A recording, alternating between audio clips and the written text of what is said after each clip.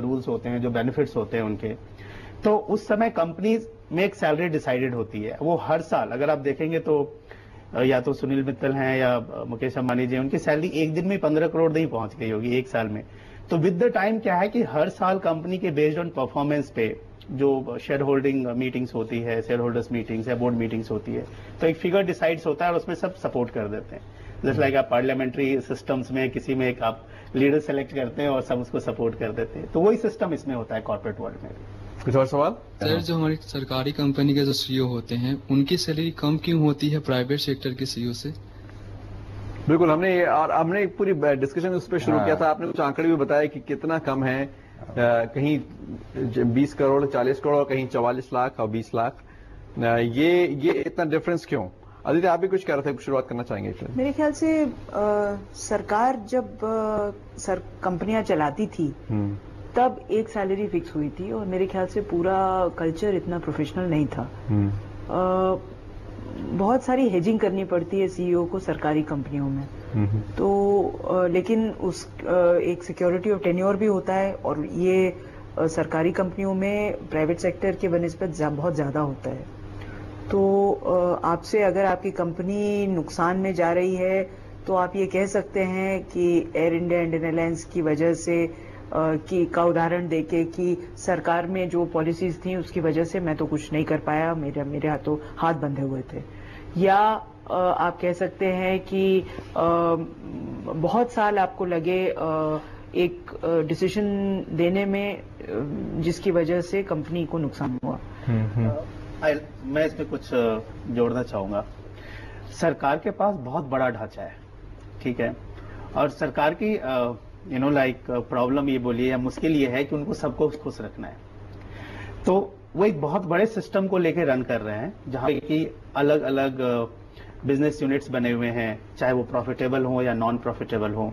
तो जो पे कमीशन का जो कॉन्सेप्ट है, अगर आप देखते हैं तो पे कमीशन का जो कॉन्सेप्ट है वो पूरे लंबे बड़े ढांचे को चलाने के लिए, यानी ऑल एट इक्वल, वो उस तरह की सिचुएशन है कि ईयर बेस पे आपका कॉम्पनसेशन इतना हाइक हो गया, इतनी डीएनएस अलाउंसेस हो गई, इस बैच के आपको इनटेक तो आपको ये इस लेवल पे ये बेनिफिट्स मिल जाएगा।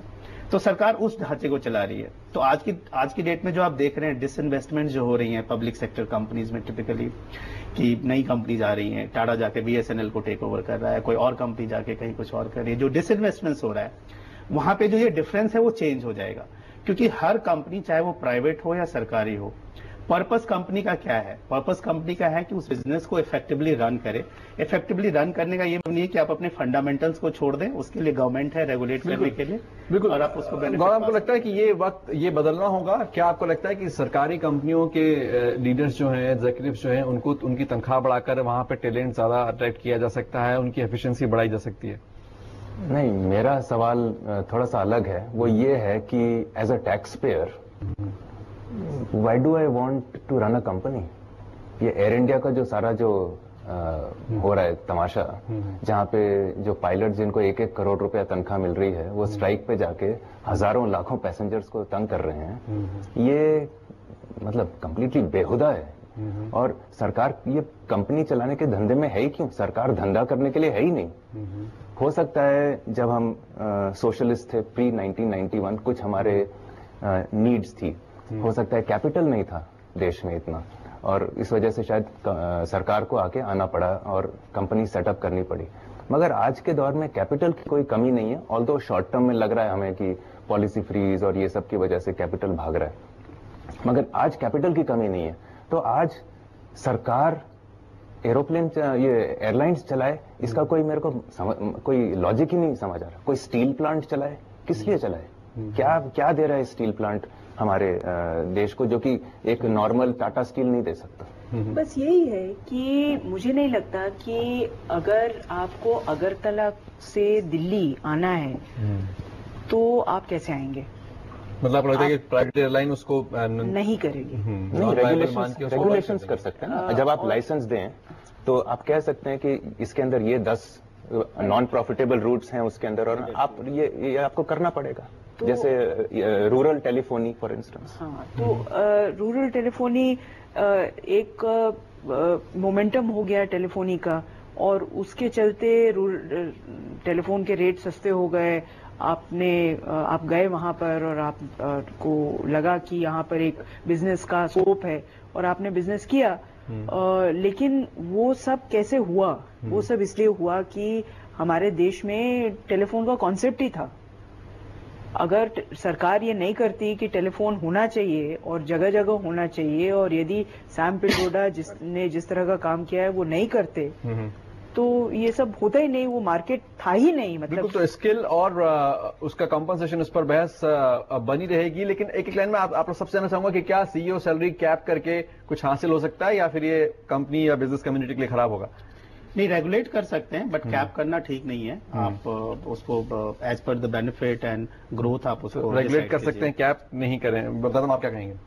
मैं कहूंगा कि जो 2 इंस्टीट्यूशनल मैकेनिज्म्स हमें ऑलरेडी दिए गए हैं और जो कंपनीज आने वाले कंपनीज एक्ट में स्ट्रेंथन होने वाले हैं, उनका सदुपयोग करना चाहिए। वो एक जो इंस्टीट्यूशनल इन्वेस्टर्स हैं उनको अपना काम ऑनेस्टली करना चाहिए, बिना डर के करना चाहिए। ट्रांसपेरेंसी और ऑनेस्टी में बढ़ना चाहिए जब कंपनसेशन की बात हो रही है। और जो ये जो इंडिपेंडेंट डायरेक्टर्स जो कि कंपनसेशन कमेटी को ओवरसी करते हैं, उनको थोड़ी रीढ़ की हड्डी को स्ट्रांग करना पड़ेगा। मेरे ख्याल से प्रमोटर्स और शेयर होल्डर्स दोनों को इस बात के प्रति सजग रहना चाहिए कि सीईओ पैसा कमाने के लिए है, लेकिन पैसा कमाने से बड़ी कोई चीज होती है, और वो है एक कंपनी बनाना जिसमें वैल्यूज और